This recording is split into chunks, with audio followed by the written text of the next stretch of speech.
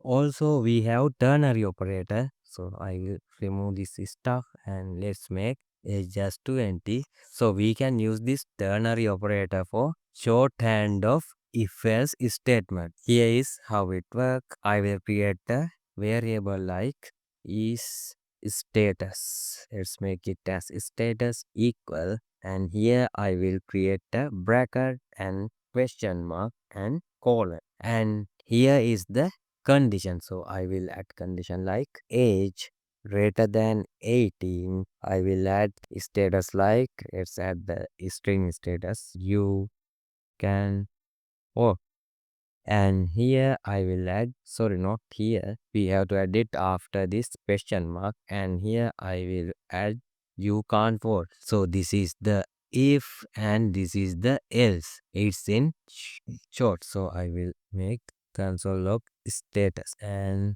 if I console log this, we will have you can vote because 20 is greater than 18, but if we have it as 10, here we got you can't vote.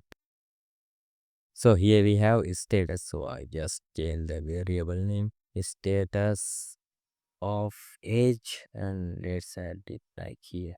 Okay, here is the short version of if else. So if I make it in the real if else condition, it will like let status of age 2. Let's make it as age 2, and it's an undefined variable, and here I will write if age greater than 18, not 90, 18, status of H2 will be you can vote, and on S status of H2 will be you can't vote, and I will console log this result like this, and here you can say you can't vote message like this.